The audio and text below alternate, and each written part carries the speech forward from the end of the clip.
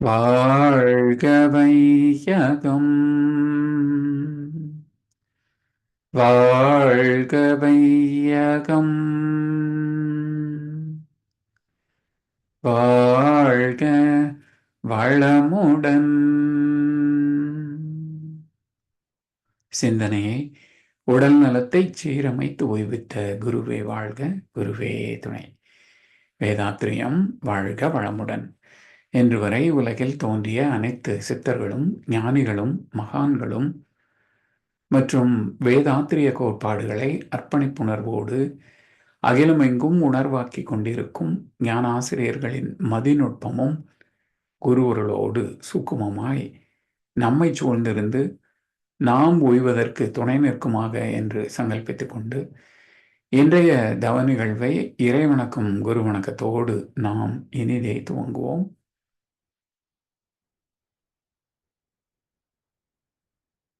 இறைவணக்கம். ஆதியனும் பரம்பொருள் மெய் எழுச்சி பெற்று அணுவென்ற உயிராகி அணுக்கள் கூடி மோதி இணைந்து இயங்குகின்ற நிலைமைக்கேற்ப மூலகங்கள் பலவாகி அவை இணைந்து பேதித்த அண்ட கோடிகளாய் மற்றும் பிறப்பிறப்பிடை உணர்தல் இயக்கமாகி நீதி நெறி உணர் மாந்தராகி வாழும் நிலை உணர்ந்து தொண்டாற்றி இன்பம் காண்போம்.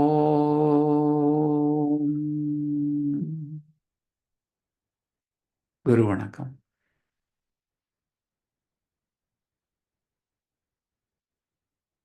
தந்தை தாய் ஈருயிரும் ஒன்று சேர்ந்து தழைத்ததொரு உடலாகி உலகில் வந்தேன். அந்த ஈருயிர் வினைகள் அறமோ மற்றோ அழித்த பதிவுகளெல்லாம் என் சொத்தாச்சு. இந்த அரும் பிறவியில் முன்பினை அறுத்து என்ன எல்லை எல்லாமே பொருளை அடைவதற்கு வந்த ஒரு உதவி குரு உயிரின் சேர்க்கை வணங்கி குரு திருவடியை வாழ்த்தி வாழ்வோம். குரு திருவடியை வாழ்த்தி வாழ்வோம்.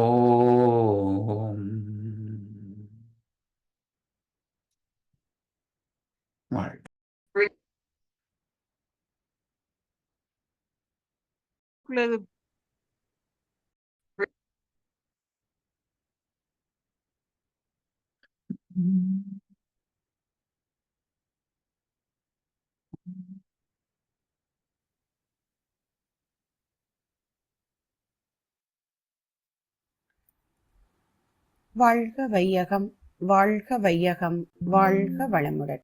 குரு வாழ்க, குருவே துணை. ஆசான் அருட்தந்தை வேதாத்ரி மகரிஷி அவர்கள் நம்மோடு சூக்குமமாக நிறைந்திருந்து நம்மை என்றென்றும் வழிநடத்துவாராக. இன்றைய காலை அமர்விலே இணைய வெளியே இணைந்துள்ள அனைத்து வேதாத்திரிய உறவுகளுக்கும் இனிய காலை மாலை வணக்கங்கள். வாழ்க வளமுடன் என்ற வாழ்த்துக்கள். மனம் அமைதி நிலைக்கு எடுத்து செல்லும் தவம் இயற்றி மகிழ்ந்தோம். அந்த அமைதி நிலையிலேயே இன்றைய ஞானக்களஞ்சி கவிக்கான விளக்கம். இன்றைய கவி குறை நீங்கிய கலை காண்போம் அப்படிங்கிற ஒரு தலைப்புல மகிழ்ச்சி கொடுத்திருக்கக்கூடிய கவிகள்ல ஒன்று. இயற்கையிலே இறைநிலை அமைத்து கொடுத்த பல விஷயங்களை மனிதன் தன்னுடைய 6வது அறிவை கொண்டு இன்னும் அழகுபடுத்தி அதை அனுபவிப்பத கலை அப்படின்னு சொல்லுவாங்க. அந்த கலையும் பண்பாடும் இணைந்ததுதான் கலாச்சாரம் அப்படின்னு சொல்றோம். ஆய கலைகள் 64ன்னு சொன்னாங்க. எல்லாமே இயற்கையோடு ஒட்டி ஏற்பட்ட மாற்றங்கள் தான் இல்லையா? இயற்கையாக இருக்கக்கூடிய ஒன்றை மனிதன் தன்னுடைய அறிவை கொண்டு மேம்படுத்துகிறான். சுவாமிஜி சொல்லுவாங்க இல்லையா, ஒரு மயிலினுடைய நடனத்தை பார்த்த மனிதனுக்குள்ள என்ன தோணுச்சு, ஏன் நாமளும் நடனம் ஆடக்கூடாது? அதுதான் இன்றைக்கு நடனக்கலையாக முழுவதுமாக பரிமாணம் எடுத்திருக்கு. அதே போல ஒரு குயிலினுடைய குரல் அவ்வளவு இனிமையா இருக்கு. அப்ப அந்த குரல்ல இருக்கக்கூடிய அந்த அருமையான இசைய புரிஞ்சு கொண்ட மனிதன் தன்னுடைய குரலை கொண்டு இன்னும் எவ்வளவு அழகா குரலை மேம்படுத்தி பாடலாக இசைக்கலாம் அப்படிங்கிறதுல வந்ததுதான் இன்னைக்கு நாம பாடக்கூடிய கலையாக இசையாக பார்க்கிறோம். இப்ப இது போலதான் எல்லாமே, ஓவியமும் சமையலும் இன்னும் இருக்கக்கூடிய அத்தனை கலைகளும் இயற்கைய மேலும் அழகுபடுத்தி பார்ப்பதுதான். நான் அப்படி தோன்றுனுதான் இயல், இசை, நாடகம் அப்படின்னு எல்லாம் சொல்லுவாங்க. மனிதனுடைய வாழ்க்கை பண்பாட்டை இந்த உலகத்துக்கு எடுத்து காட்டக்கூடிய விஷயங்கள் அப்படித்தானே இருந்தது, இயலும் இசையும் நாடகமும் சேர்ந்து. அப்படி மனிதனை மேம்படுத்துவதற்காக, இன்னும் அவனை அறிவில உயர்விக்கிறதற்காக தோற்றுவிக்கப்பட்டதுதான் இந்த கலைகள். ஒரு உதாரணமா பார்த்தோம் அப்படின்னு சொன்னா கூட, மகாத்மா காந்தி அடிகள் வாழ்க்கையில ஒரு மிகப்பெரிய மாற்றத்தை உருவாக்கியது ஒரு நாடகம் இல்லைங்களா? ஹரிச்சந்திரன் நாடகத்தை பாக்குறாரு. அந்த நாடகத்துல என்ன சூழல் வந்தாலும் நான் உண்மையைத்தான் பேசுவேன் அப்படிங்கிற உறுதியோடு இருக்கின்ற ஒரு மனிதரை பார்க்கும்போது இவருக்குள்ளேயும் அதே எண்ணம் ஆழமாக பதிவாகிறது. தன்னோட வாழ்க்கையில எந்த சூழல்லையும் நான் உண்மையை மறைக்க மாட்டேன், உண்மைக்கு மாறான பொய் பேச மாட்டேன் அப்படின்னு அன்னைக்கு உறுதி எடுத்துக்கிறார் இல்லைங்களா? அப்ப அப்படித்தான் ஒவ்வொருத்தருடைய வாழ்க்கையிலும் பார்த்தோம்னா மாற்றத்தை உண்டு பண்ணுவதற்காக மனிதனாலே தோற்றுவிக்கப்பட்டதுதான் அந்த இயல், இசை, நாடகமும். அப்ப அதோட ஒட்டியதுதான் இன்னைக்கு நாம விஞ்ஞான முன்னேற்றத்துல, தொழில்நுட்ப முன்னேற்றத்துல பார்க்கக்கூடிய இந்த திரைப்படங்கள். அப்ப அவையெல்லாமும் எதற்காக தோற்றுவிக்கப்பட்டது? பொழுதுபோக்கு கூடவே அதுல என்ன விஷயம் இருக்கணுங்க, மனிதனுக்கான ஒரு நல்ல செய்தி இருக்கணும். அதை ஒன் லைன் அப்படின்னு சொல்லுவாங்க இல்லைங்களா? இப்ப எந்த ஒரு நாடகம் எடுத்துக்கிட்டாலும், திரைப்படத்தை எடுத்துக்கிட்டாலும் ஏதோ ஒரு நல்ல விஷயத்த மனிதனுக்கு புகட்டுவதாக இருக்கணும் அப்படின்னு தான் அன்றைய காலத்துல அந்த திரைப்படம் தொழில்நுட்ப முன்னேற்றத்தோட மனிதர்களுக்கு அது படமாக்கப்பட்டு பார்க்க வந்தது. நம்ம பார்த்திருக்கோம் நிறைய. இன்னைக்கு கூட யோசிச்சு பார்த்தோம்னா, வீரபாண்டிய கட்டபொம்மன் ஒரு சுதந்திர போராட்ட வீரர் இருந்தார், தெரியும் நமக்கு. ஆனா அவரை நினைக்கும் போது யாரு ஞாபகம் வருவாங்க? அவரை தெரியாது நமக்கு இல்லைங்களா? எல்லாமே புத்தக வாயிலாக, எழுத்துக்கள் வாயிலாக படிச்சதுதான். ஆனா அவரை உருவகப்படுத்தி ஒரு நடிகர் நடித்தார்னா அவர் தான் ஞாபகம் வரார் நமக்கு இல்லைங்களா? மகா பெரியவர் எடுத்துக்கிட்டாலும் சரி, அதே போல அப்பர், சுந்தரர், சம்பந்தர், மாணிக்கவாசர் என்று சொல்ற நால்கர், நம்ம மறைந்து நம்ம பார்க்காதவங்களை எல்லாம் இன்னைக்கு எப்படி பார்க்கிறோங்க? யாரோ ஒரு மனிதருடைய நடிப்பின் மூலமாக பார்க்கிறோம். அவங்களுடைய தன்மைகள் நமக்குள்ள அந்த நடிகரினுடைய நடிப்பின் மூலமாக வெளிப்படுது இல்லைங்களா? நம்ம அதை அப்படிதான் பார்த்திருக்கோம். அப்ப இது மாதிரி ஏற்படுத்தப்பட்டது தானே இந்த கலை. ஆனா அப்படிப்பட்ட கலை எங்கே குறை இருக்கிறது? அந்த குறை நீங்கிய கலை தான் வேணும். மனிதனுக்கு நல்லதை கத்துக் கொடுக்கணும். அப்ப அதே திரைப்படத்தின் வாயிலாக இன்னைக்கு நம்ம பாக்குறோம், ஒரு மோசமான ஒரு சம்பவம் நடக்கிறது, ஒரு மனிதன் தவறு இழைக்கிறான். கேட்டா என்ன சொல்றாங்க? நாங்க திரைப்படத்தை பார்த்துதாங்க பண்ணினோம். அவங்க என்ன சொல்றாங்கங்க? இங்கே மனித வாழ்க்கையிலிருந்து தான் நாங்க எடுக்கிறோம் படமாக அப்படிங்கிறாங்க. ஆக மொத்தம் இரண்டு பக்கமும் நன்மையை கொடுக்கவில்லை. அது இன்னைக்கு காலகட்டத்துல மட்டும்தான் நடக்குதா? ஆனா மகரிஷி முதல் கவிதையை எப்ப எழுதுறாங்கன்னா 1954 வருடம் எழுதுறாங்கங்க. இந்த முதல் கவி குறை நீங்கிய கலை காண்போம் அப்படிங்கிற அந்த தொகுப்புல முதல் கவி ஆபாசம் அப்படிங்கிற தலைப்புல சொல்றாங்க. அந்த படத்துல வந்த ஒரு காட்சியை மகரிஷி விளக்குறாங்க. ஒரு நாள் நான் சினிமா போய் பார்த்தேன். என்ன சொல்வேன், அங்கே பார்த்த காட்சி ஒரு கதாநாயகன் ஒரு சிறு வயது பெண்ணை அவருடைய வார்த்தைகளால பேசி மயக்கி தவறு செய்து ஒழுக்கத்தை கொல்வது போல பலர் கண் முன்னே அந்த நடிகையும் அது போல நடிக்கிறாங்க, குறை உடையில் நடித்தாள் அந்தோ அப்படின்னு ஆரம்பமே இதுதான் மகரிஷி சொல்லியிருக்காங்க. ஏன்னா அந்த கண்ணியம் என்பது காக்கப்படணும், அது இல்லை. அதனால் எனக்கு உள்ளத்தில் வேதனை அப்படிங்கிறாங்க. அப்ப இது போல காட்சிகளை பார்க்கக்கூடிய தாய்மார்கள், அந்த பெண்மையை மதிக்காதவர்கள் கூட்டம் இதை பார்க்கும்போது பெண்ணை பற்றின நினைப்பு, பெண்ணை மதிக்கக்கூடிய பாங்கு எப்படி மாறும்? இதை பாதுகாக்க அறிஞர்களே ஒன்று கூடுங்கள் அப்படின்னு 2வது பாடத்துல அந்த உள்ளத்தின் வேதனை அப்படின்னு எழுதுற மகரிஷி அடுத்தடுத்த பாடல்ல என்ன கொடுக்கறாங்க, அந்த பெண்ணினுடைய பெருமையை உணரக்கூடிய விஷயம். ஏன்னா எவ்வளவு பெரிய ஒரு கலாச்சார சீர்கேடு நடக்குது, அதுக்கு அங்க புள்ளியாக இருப்பது ஒரு பெண் அப்படிங்கறத மகரிஷி அந்த திரைப்படத்தை பற்றின காட்சியில சொல்றாங்க. என்ன சொல்லுவாங்க இல்லைங்களா, ஒரு ஆணுக்கு கொடுக்கக்கூடிய ஒரு கல்வி அவரை மட்டும் உயர்த்தும், ஆனா ஒரு பெண்ணினுடைய கல்வி அந்த குடும்பத்தையே உயர்த்தும் அப்படின்னு சொல்லுவாங்க. அப்ப அப்படிப்பட்ட பெண் அவளுடைய பெருமைய ஆண் உணரணும்னு மட்டும் சொல்லல மகரிஷி, பெண்ணும் உணரணும். இப்ப அந்த முதல் பாடல்ல சொல்றாங்களே, அந்த மாதிரி நடித்ததாக ஒரு நடிகையை பற்றி, அந்த பெண் அந்த மாதிரி நடிக்கிறதுக்கு ஒப்புக்கொள்ளாமல் இருந்திருந்தால் இன்னைக்கு இந்த அளவுக்கு வந்திருக்காது இல்லைங்களா? இன்னைக்கு நம்ம நிறைய பாக்குறோங்க, சொல்லணும்னா அது பேசிக்கொண்டே போகலாம். அதாவது தவறுகளை மட்டும் 2.5 மணி நேரம் முழுமையா அவ்வளவு விளக்கமா காமிச்சிட்டு கடைசியா ஒரு 10 நிமிஷத்துல அந்த தவறுகள் எல்லாம் தப்பு, நல்லது மட்டும்தான் வாழ்க்கையில நிக்கும் அப்படின்னு திருந்துற மாதிரி காமிச்சு முடிக்கிறாங்க. ஆனால் மனம் எப்போதும் எதை எடுத்துக்கொள்ளுங்க, எதிர்மறையத்தான் கொஞ்சமா இருந்தாலே எடுத்துக்கும். ஆனா இங்கே அதிகமான அழுத்தத்தை, அந்த நெகட்டிவான விஷயங்கள் கொடுக்கும் போது அந்த கடைசியா சொல்லக்கூடிய விஷயம் ரொம்ப எடுபடாமல் போய்விடுகிறது. ஆனா அவங்க என்ன நினைச்சு சொல்றாங்க, தவறுகளை காமிச்சிட்டு அதுல தவறுகள் செய்வதனால் வாழ்க்கையில முன்னேற முடியாது, திருந்தி நல்லவனா இருந்தா தான் முன்னேற முடியும் அப்படிங்கிற எய்மோடு எடுக்கப்பட்டதாக சொல்றாங்க. ஆனா அதற்காக புகுத்தக்கூடிய விஷயங்கள் இன்னைக்கு நாம பாக்குறோம். அப்ப அவை அனைத்துக்குமாக முதல் புள்ளியாக மகரிஷி இந்த பெண்மையை மட்டும் சொல்றாங்க. அடுத்தடுத்த விஷயங்களும் கொண்டு வராங்க, அந்த ஒழுங்கீனம் அதை பற்றியெல்லாம் பாடல் வருது. ஆனா இந்த பாடல்ல முக்கியமாக இந்த குறை இருக்கக்கூடிய அந்த கலையில அந்த குறைக்கான முதல் காரணமாக கூறப்படுவது இந்த கண்ணியம் இல்லாமல் நடிக்கக்கூடிய நடிப்பு. அப்ப அதைதான் மகரிஷி சொல்றாங்க.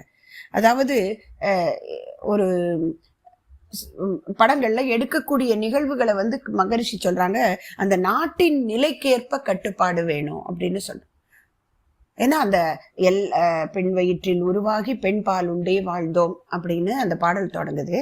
ஆனா அதுக்கு முன்னாடி ஒரு பாடல்ல மகரிஷி சொல்லுவாங்க, அந்த ஆண் பெண் அப்படிங்கிற இச்சை என்பது இயற்கை தான் அப்படின்னு சொல்லுவாங்க. இது இயற்கையினுடைய எழுச்சி இல்லையா? நமக்கு தெரியும், அந்த வயது பக்குவம் வரும்போது எதிர்ப்பால் மேல் ஏற்படக்கூடிய அந்த ஈடுபாடு என்பது நியாயமானதுதான், அதுதான் இயற்கையினுடைய எழுச்சி. ஆனா அதை முறைப்படுத்தப்பட்ட வாழ்க்கை முறைதான் கற்பு நெறி அப்படின்னு சொல்லுவாங்க, திருமணம் என்கின்ற பந்தத்தின் மூலமாக இணைவது. ஆனா அதனாலதான் நம்ம மூதாதையர்கள் முன் காலத்துல எல்லாம் பாத்தீங்கன்னா அந்த தொட்டு பேசுவது, அருக அமர்ந்து கொள்வது, ஒரு ஹக் பண்ணிக்கிறது, இதெல்லாம் எங்கேயுமே கிடையாது. ஆனா இன்னைக்கு நம்ம பாக்குறோம் மேலை நாட்டு கலாச்சாரத்துல இருக்குதுன்னா, ஆனா மகரிஷி அதை கூட எவ்வளவு சரியாக ஆராய்ச்சி செய்து சொல்றாங்க. அங்கே இருக்கக்கூடிய அந்த வெப்ப மாறுபாடுகளுக்கு ஏற்ப ஒரு சில விஷயங்கள் அங்கே சரியாக இருக்கலாம். ஒருவரை பார்த்து கொள்ளும்போது அது ஆணோ பெண்ணோ ஒருவர் அணைத்து கொண்டு அந்த ஒரு அன்பை காமிப்பது என்பது நல்லதுதான். ஆனால் அது எந்த இடத்துல என்ன மாதிரி உணர்வை தோற்றுவிக்கும், அதுதான் அங்க மகரிஷி சொல்றாங்க. அந்த கட்டுப்பாடு நாட்டின் நிலைக்கேற்ப இருக்கணும். அப்போ ஒரு குளிர் பிரதேசத்துல இருக்காங்க, அங்கே சுற்றி வெப்பதட்பம் ரொம்ப குளிரா இருக்கும் போது அந்த ஒருத்தர் ஒரு அணைத்து சொல்லக்கூடிய அந்த முகமன் சொல்வது என்பது அங்கே ஒரு பெரிய உணர்வு வேறுபாட்டை கொடுக்காது. ஏன்னா அங்கே ஒரு சூடு பரவும், அது ஒரு நல்ல விஷயமாகத்தான் இருக்குமே ஒழிய ஒரு உணர்வுகளை தூண்டக்கூடிய விஷயமாக இருக்காது. ஆனே அதே ஒரு வெப்ப நாட்டுல வாழக்கூடியதுல அதே கலாச்சாரம் தூண்டக்கூடிய வாய்ப்பு இருக்கு. அப்போ இதற்கான ஒரு புள்ளியாக மகரிஷி எங்க சொல்றாங்க, அந்த பெண்களுக்கான பெருமையை உணர்தல் என்பதுல இந்த கட்டுப்பாடும் அடங்கி இருக்கிறது. பெண் வயிற்றில் உருவாகி பின்னும் அந்த பெண் கொடுத்த பாலுண்டை வளர்ந்து மேலும் பெண் துணையால் வாழுகின்ற பெருமை கண்டு பெண்மையிடம் பெருமதிப்பு அறிஞர் கொள்வார் அப்படிங்கிற, மனிதர் கொள்வார்னு எழுதலைங்க அந்த இடத்துல. மகரிஷி அறிஞர் கொள்வார் அப்படின்னு தான் எழுதுறாங்க. அப்ப அந்த பெண்ணினுடைய மதிப்பை உணர்ந்தவன் அறிஞனாக இருக்கிறான். அறிஞர்கள் உணர்கின்றார்கள். சாதாரண மனிதர்களுக்குள்ள அந்த பெண்ணினுடைய பெருமையை உணரக்கூடிய வாய்ப்பு கொடுக்கப்படல. அதற்கு அது சொல்றாங்க, பெண்மையே தம் உடலில் பாதியாகும் பேருண்மை உணர்ந்ததனால். அதனால்தான் அறிஞர்கள் உணர்ந்து கொண்டாங்க, இந்த பெண் இல்லை என்றா நாம இந்த உலகத்துல இல்ல. எல்லையற்ற ஆற்றல் உள்ள இறைவன் திருவுள்ளம் என்ன, எந்த உயிரும் தோன்றுவதற்கு இறைவனை போல பெண்ணினத்தை படைத்தான், அற்புதம். அதனால் அந்த பெண்ணினத்தை மதிக்கக்கூடிய தன்மையை இயல்பாக கொண்டிருக்கவங்க அறிஞர்கள். அவங்க அந்த பெண்ணின் பெருமையை உணர்ந்தார்கள். எனினும் சில்லோர் பெண்ணினத்தை பழித்து எழுதி பாடியுள்ளார் பேதமையால் அறிவு நிலை உயரா முன்னம் அப்படின்னு சொல்றார். அப்ப இந்த இடத்துல அறிஞர் என்ற நிலைக்கு மனிதன் உயராததற்கு காரணம் என்ன? அந்த பெண்ணினுடைய பெருமையினை உணரவில்லை. அதுதான் மகரிஷியினுடைய மிகப்பெரிய தத்துவமா இருக்கு இல்லையா? 14 திட்டங்கள்ல ஒன்றா கூட பெண்ணை மதித்தல், பெண்ணின் பெருமையை உணர்தல் அப்படின்னு வச்சிருக்கான். ஏன்னா எந்த குழந்தையும் நல்ல குழந்தைதான் மண்ணில் பிறக்கையிலே, அவன் நல்லவனாவதும் தீயவனாவதும் அன்னை வளர்ப்பதிலே அப்படின்னு ஒரு கவிஞர் எழுதுறார். அப்ப அடுத்த தலைமுறையை உருவாக்கக்கூடிய ஒரு பெரிய பொறுப்புடைய பெண் தானும் தன்னுடைய மதிப்பை உணர்ந்திருந்தால், இந்த அறிஞர் என்ற இடத்துல இது ஆணுக்கு மட்டும் சொல்லப்பட்ட வார்த்தை அல்ல இல்லையா? இப்ப முதல் பாடல்ல மகரிஷி உள்ளம் நொந்து எழுதினாங்களே, ஒரு பெண் அந்த திரைப்படத்துல ஒரு கண்ணியமான ஆடை உடுத்தாமல் உடலை காட்டுவது போல நடித்தாள் அப்படின்னு எழுதினாங்களே. அப்ப அந்த பெண் தன்னுடைய பெருமையை உணர்ந்திருந்தால் அந்த மாதிரி அவங்க அந்த படத்துல நடிச்சிருப்பாங்களா இல்லையா? அதனால்தான் மகரிஷி இத இந்த இடத்துல குறிப்பிடுறாங்க. இப்ப இன்னைக்கு அது திரைப்படம்னு மட்டுமல்ல, நாடகம், பேச்சு, கலை எல்லாமே அந்த கலைக்கு கீழே தான் வரும். ஒரு சின்ன நடந்த நிகழ்வு, ஒரு முறை ஒரு கூட்டம், ஒரு பெரிய அறிஞர் பேசுறாருங்க. அவர் பேசக்கூடிய கேட்கக்கூடிய ஒரு வாய்ப்பு கிடைச்சது. ஒரு பெரிய பெயர் போனவர் என்று சொல்லுவது கூட நம்ம வழக்குல சொல்றோம். அப்படின்னா என்ன அர்த்தம்? ரொம்ப ரொம்ப ஃபேமஸ் ஆனவர். அப்படிப்பட்ட ஒரு பேச்சாளர் பேசுறாருங்க. அவர் பேசின அந்த ஒரு 40 நிமிடத்துல 25 நிமிடமும் பெண்ணை மட்டமாக கீழே நிறுத்தி பெண்ணை பற்றிய ஒரு நகைச்சுவையை சொல்லி சொல்லி மட்டுமே அவர் பேசினாருங்க. ரொம்ப வருத்தமாக இருந்தது. குறிப்பாக மனவளக்கலை பயின்ற பெண்களாக ஒரு சிலர் நாங்க அந்த கூட்டத்துல இருந்தோம். ரொம்ப வருத்தம். என்ன விஷயம் அப்படின்னா, அங்கிருந்த பெண்கள் பலரே அதை ரசிக்கக்கூடிய ஒரு கொடுமையை பார்த்தோம். சாதாரண வாழ்க்கையில நடக்கக்கூடிய நிகழ்வுகளை பற்றி சொல்றாரு. அதுல எல்லாத்துலயுமே பெண்ணை ஒரு நிலையிலிருந்து கீழே இறக்கி இறக்கி அவர் பேசுறார். ரொம்ப வருத்தமாக இருந்தது. அந்த இடத்துல ஒரு சபை நாகரிகம் கருதி அவர்கிட்ட எதிர்த்து பேச முடியாத நிலை. நாங்கள் எங்களுக்குள்ள பேசிக்கிறோம். எவ்வளவு கொடுமை இது! இவர் ஒரு அவ்வளவு ஃபேமஸ் ஆனவர், நல்ல தத்துவங்களை சொல்லக்கூடியவர் என்றுதான் இந்த இடத்துல கூப்பிட்டுருக்கோம். ஆனா கொடுமை என்னன்னா, அதை பெண்கள் கூட ரசிக்கக்கூடிய ஒரு கொடுமை இருக்கு அப்படின்னு சொல்லி அது முடிஞ்சு போச்சு. திரும்பவும் ஒரு 6 மாசமோ 1 வருடமோ பொறுத்து அடுத்த வருடமும் அதே மாதிரி ஒரு ஃபங்க்ஷனுக்கு அவரை கூப்பிடுறதாக சொல்றாங்க. அப்ப அந்த ஏற்பாட்டு செய்யக்கூடிய அந்த குழுவுல எங்களோட கருத்துக்களை பகிர்வதற்கான வாய்ப்பு கிடைச்சது. அப்ப சொல்றோம், தாராளமாக வரட்டும், அவர் வந்து பேசட்டும். ஆனா பெண்களை கீழிறக்கி பேசினால் கண்டிப்பாக நாங்க எந்திரிச்சு நின்று சொல்லுவோம் அப்படின்னு சொல்லிட்டோம். உடனே அவங்க ஏற்பாட்டாளர்கள் அந்த நபரை அவங்க வந்து போய் இது புக் பண்றதுக்கு போகும்போதே சொல்லிட்டாங்க, எங்களோட இதுல இருக்கக்கூடிய பெண்களுக்கு இந்த மாதிரி ஒரு எண்ணம் இருக்கு, நீங்க போன முறை பேசினது கொஞ்சம் வருத்தமா இருந்தது அப்படின்னு சொல்லிட்டாங்க. அவரும் வந்தாருங்க. பேச ஆரம்பிக்கும் போதே அவர் கேட்கிறார், இந்த மாதிரி என்னை புக் பண்ண வரும்போது இது சொன்னாங்க, ரொம்ப பெருமையாக இருந்தது அப்படின்னா ரொம்ப சந்தோஷம் அப்படின்னு நினைச்சோம். ஆனா கொடுமையான விஷயம் என்னன்னா, அந்த 2வது முறை அந்த 40 நிமிடமும் அவரால மக்களை கவர்கின்ற வரையில் பேசவே முடியவில்லை. அப்ப என்ன அவருக்குள்ள அந்த பதிஞ்சிருக்குதுங்க? அந்த பெண்களை கீழிறக்கி பேசுவதை பலரும் ரசிக்கிறாங்கிற ஒரு மாயையில அவர் அதை மட்டுமே தன்னுடைய பேச்சுக்கான பிடிப்பொருளாக வச்சுக்கிட்டு இருந்தார். இல்லாமல் அவரால் பேச முடியவில்லை. அப்ப எவ்வளவு வருத்தத்துக்குரிய விஷயம். இததான் மகரிஷி சொல்றாங்க, பேதமையால் அறிவு நிலை உணரா முன்னம் பெண்ணினத்தை படித்து எழுதி பாடியும் இல்ல பேசியும் உள்ளார்கள். அப்ப இதை தான் மகரிஷி அந்த இடத்துல அழுத்தமாக குறிப்பிடுறாங்க. பெண்ணினுடைய பெருமையை உணர்ந்தவர்கள் அறிஞர்கள் அப்படின்னு. அப்ப இந்த இடத்துல பெண்ணும் சரி ஆணும் சரி இந்த பெண்ணினுடைய பெருமையை உணர்வதற்கு மகரிஷி அவர்கள் பல இடங்கள்லயும் அழுத்தமான பதிவுகளை கொடுத்திருக்காங்க. அப்படி அந்த குறை நீங்கிய கலை காண்பதற்கு பெண்ணினுடைய பெருமையை ஒவ்வொருவரும் உணரணுங்கிறத ஒரு பாடலாக குறிப்பிட்டிருக்காங்க. இந்த அருமையான பாடலுக்கு விளக்கமளிக்க வாய்ப்பளித்த அன்புள்ளங்களுக்கு நன்றி பாராட்டி ஒவ்வொருவரும் பெண்ணின் பெருமையை உணர்வோம், மகரிஷியனுடைய தத்துவத்தின்படி வாழ்வோம் என்று கூறி நிறைவு செய்கிறேன். நன்றி. வாழ்க வளமுடன். வாழ்க வளமுடன். இன்றைய ஞான களஞ்சிய கவி பெண்ணின் பெருமை, பெண்மையின் பெருமை என்ற தலைப்பிலே சிறப்பாக விளக்கம் வழங்கிய ஞானாசிரியர் பேராசிரியர் அருள்நிதி கோதி கோவிந்தராஜன் அம்மா அவர்களும் அவரது அன்பு குடும்பத்தினரும் அருட்பேராற்றல் கருணையினால் உடல் நலம், நீள ஆயுள், நிறை செல்வம், உயர் புகழ் மெய்ஞானம் ஓங்கி வாழ்க வளமுடன், வாழ்க வளமுடன், வாழ்க வளமுடன். பாடல்கள் பாடி நிறைவு செய்யும் தருணம் மீது வேதாத்திரிய பாடல் மற்றும் பிரம்மஞான கவி பாட அருள்நிதி முத்துச்சுடர்கொடி வெங்கடேஸ்வரன் அம்மா அவர்களும், உலக நல வாழ்த்து பாட அருள்நிதி வத்சலா சேஷாச்சலம் அம்மா அவர்களும். வாழ்க வளமுடன்.